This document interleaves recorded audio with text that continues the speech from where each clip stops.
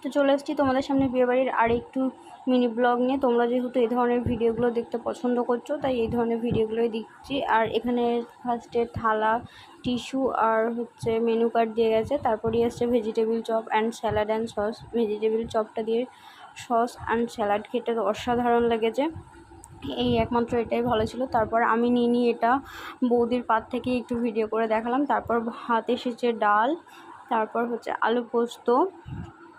তারপর এখানে আমি যেহেতু মাংস খাবো না, তাই মাছ নিয়েছিলাম। তো অনেস্ট রিভিউ বলতে একটা খাবারও ভালো ছিল না, ভীষণই বাজে। আর এখানে আমি আপনাদের একটু খেয়ে দেখালাম। তারপর এই তো খাওয়া দাওয়া শেষে আমি কিছু খেতে পারিনি, কোনো খাবারই ঠিক ছিল না তাই। আর এখানে বৌদিরা খাচ্ছে।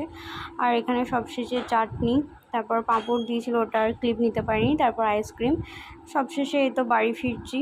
আর বিয়েবাড়ি থেকে বাড়ি ফিরে আপনাদের সাথে কথা